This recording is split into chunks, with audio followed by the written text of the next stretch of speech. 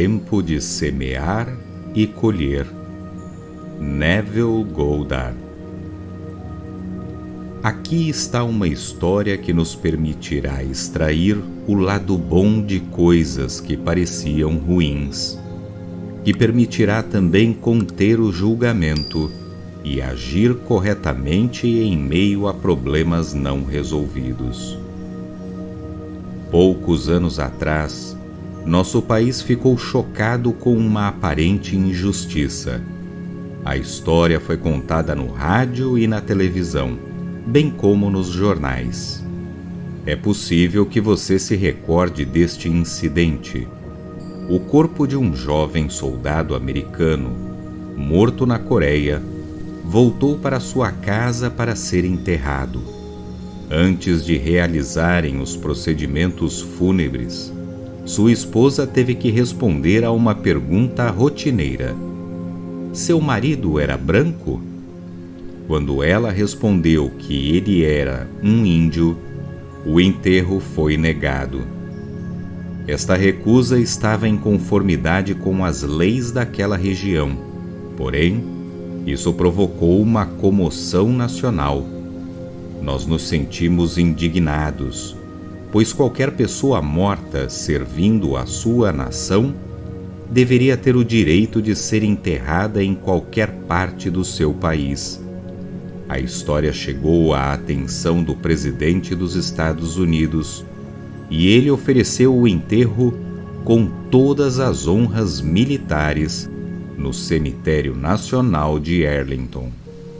Após o enterro, a mulher disse aos repórteres que seu marido sempre sonhara morrer como um herói e ter um enterro digno de um, com todas as honras militares. Quando nós, na América, precisamos explicar por que pessoas inteligentes e progressistas como nós não só criamos, como ainda aprovamos, leis como esta em nossa grande terra de homens livres e corajosos, é difícil achar uma explicação. Nós, como observadores, estávamos apenas vendo o que aconteceu e como aconteceu. Até então, não tínhamos visto o porquê aconteceu. O enterro teve de ser recusado para que o rapaz realizasse o seu sonho. Se nós tentarmos explicar o drama ocorrido em termos de níveis mais baixos, como isso aconteceu, tal explicação não poderia satisfazer a quem perguntasse o porquê aconteceu. A verdadeira resposta, vista a partir do mais alto nível do significado, seria como uma inversão do nosso modo comum de pensar, pois senão ela seria imediatamente rejeitada. A verdade é que futuros estados são causadores de fatos presentes. O garoto índio sonhando ser reconhecido como um herói, com todas as honras militares, foi transportado, assim como Lady Macbeth, além deste presente ignorante e pôde sentir agora o futuro neste instante. Pela fé, Abel ofereceu a Deus o mais excelente sacrifício. Deus deu testemunho das suas ofertas e, através delas, ele, Abel, mesmo depois de morto, ainda fala. Hebreus 11:4. O jogo da vida. Eu posso mais facilmente ensinar a 20 o que é bom para ser feito, do que ser um dos 20 e agir o que eu mesmo ensino. William Shakespeare. Com esta confissão de minha parte, eu agora vou te ensinar como jogar o jogo da vida. A vida é um jogo, e como todos os jogos, tem seus objetivos e suas regras. Nos pequenos jogos que os homens concebem, como tênis, beisebol, futebol e assim por diante, as regras podem ser alteradas de tempos em tempos. Depois que as alterações são aprovadas, o homem deve aprender as novas regras e jogar o jogo conforme as novas regras aceitas. No jogo da vida, no entanto, as regras não podem ser mudadas ou quebradas. Somente nos moldes de suas regras universais e eternamente fixadas é que se pode jogar o jogo da vida. Ele é praticado no campo da mente. Quando se joga um jogo, a primeira coisa que perguntamos é: qual é o seu objetivo e a sua finalidade? E depois, quais são as regras do jogo? No jogo da vida, o nosso objetivo principal está em elevar a consciência das coisas que realmente importam. E o nosso segundo objetivo está no sentido de atingir os nossos objetivos, realizando os nossos desejos. Quanto a estes desejos, as regras abrangem apenas o modo como podemos proceder para realizá-los, mas os desejos em si ficam a critério do próprio indivíduo. As regras que regem o jogo da vida são simples, contudo, leva-se uma vida inteira de prática para usá-las sabiamente. Aqui está uma das regras. Assim como o homem pensa em seu coração, assim ele é. Provérbios 23, 7. O pensamento geralmente é considerado uma função inteiramente livre e desimpedida, sem quaisquer regras para restringi-lo.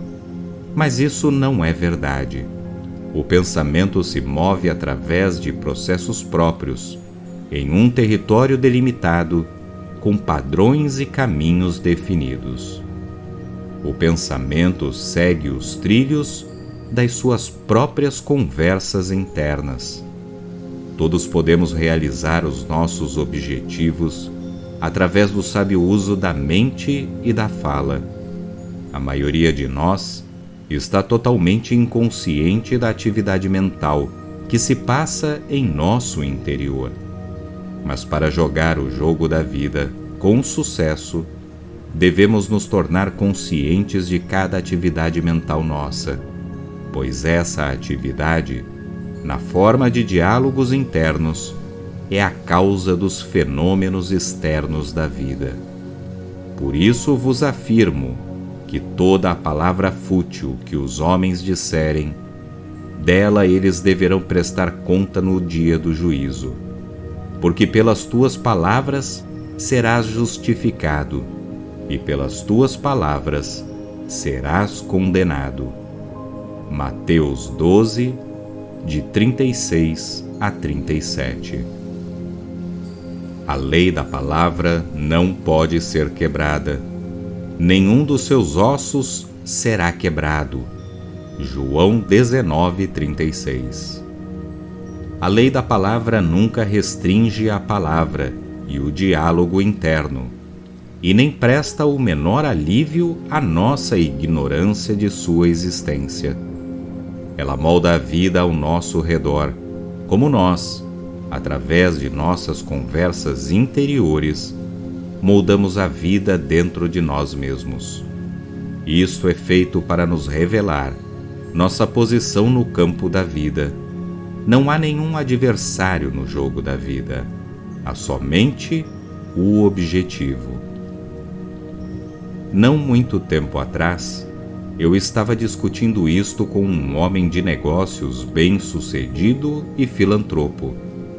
Ele me contou uma história que desafiava o seu raciocínio sobre si mesmo. Ele disse: "Sabe, Neville, eu, de cara, aprendi a ter objetivos na vida quando tinha apenas 14 anos, e isso enquanto estava treinando no campo da escola. Eu era bom nas corridas de atletismo, estava tendo um ótimo dia, mas havia mais uma corrida a fazer, e me preocupava com um outro cara como sendo o meu adversário.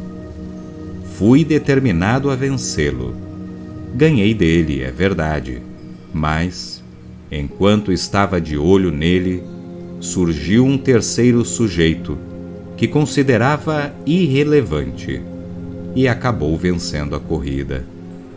Esta experiência me ensinou uma lição que passei a usar em toda a minha vida. Quando as pessoas me perguntam sobre meu sucesso, lhes digo que tenho porque acredito que o meu objetivo nunca foi ganhar dinheiro. Meu objetivo é o sábio e produtivo uso do dinheiro. As conversas internas deste homem se baseiam na premissa de que ele já tem o dinheiro. Seu constante questionamento interno é sobre o uso adequado dele. As conversas interiores do homem que luta para obter dinheiro apenas provam a sua falta de dinheiro. Em sua ignorância sobre o poder da palavra, ele constrói barreiras no caminho da realização do seu objetivo. Ele está de olho na competição, ao invés do objetivo em si. A culpa, querido Brutus, não está em nossas estrelas, mas em nós mesmos, que nos subordinamos a elas. Júlio César, Ato 1, Cena 2. Assim como os mundos se moldam pela palavra de Deus, assim, nós, como imitadores de Deus, como filhos queridos, criamos as condições e circunstâncias de nossas vidas, através do poder da palavra em conversas interiores. Sem a prática, apenas o conhecimento das regras do jogo não produzem os resultados desejados. Aquele que sabe fazer o bem, ou seja, aquele que conhece as regras e não o faz, comete pecado. Em outras palavras, ele perderá a marca e falhará ao tentar realizar seu objetivo. Na parábola dos talentos, a condenação do mestre ao seu servo, que deixou de usar seu talento, é clara e inconfundível. E tendo descoberto uma das regras do jogo da vida, corremos o risco de falhar por ignorá-la. O talento não usado é como um membro não exercitado, enfraquece e, finalmente, atrofia. Devemos ser cumpridores da palavra, e não apenas ouvintes, uma vez que o pensamento segue previsivelmente as linhas dos nossos diálogos internos.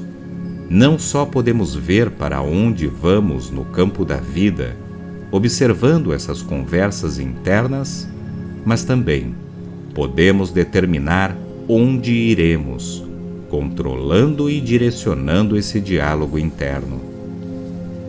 O que você pensaria, diria e faria caso já fosse aquilo que quer ser? Comece a pensar, dizer e fazer isso internamente. Foi dito a você que, contudo, existe um Deus nos céus capaz de revelar todos os mistérios. Daniel 2, 28. E você deve sempre se lembrar que o céu está dentro de você. E para deixar claro quem é Deus, onde Ele está e quais são os seus mistérios, Daniel completa mencionando o teu sonho e as visões que tiveste na tua cama. Eles revelam as linhas às quais você está atrelado e apontam a direção em que você está indo.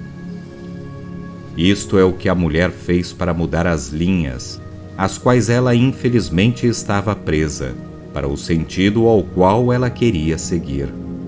Por 2 anos, ela se manteve afastada das 3 pessoas que mais amava. Ela teve uma briga com sua nora, que a fez sair de casa. Durante esses 2 anos, ela não tinha visto e nem ouvido falar do seu filho, sua nora e seu neto, mesmo tendo enviado inúmeros presentes para o neto. Toda vez que ela pensava em sua família, o que acontecia diariamente, carregava uma conversa mental com sua nora, que a culpava pela discussão e a acusava de ser egoísta.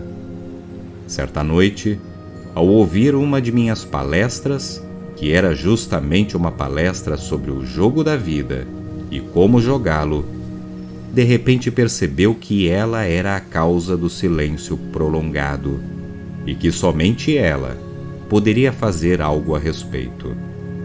Reconhecendo que seu objetivo era, primeiramente, ter um relacionamento afetuoso, lançou-se na tarefa de mudar completamente seu diálogo interno.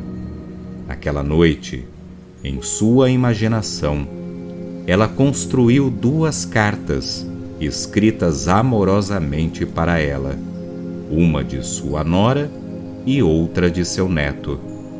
Na sua imaginação, ela lia as cartas repetidamente, até que adormeceu no clima alegre de ter recebido estas cartas.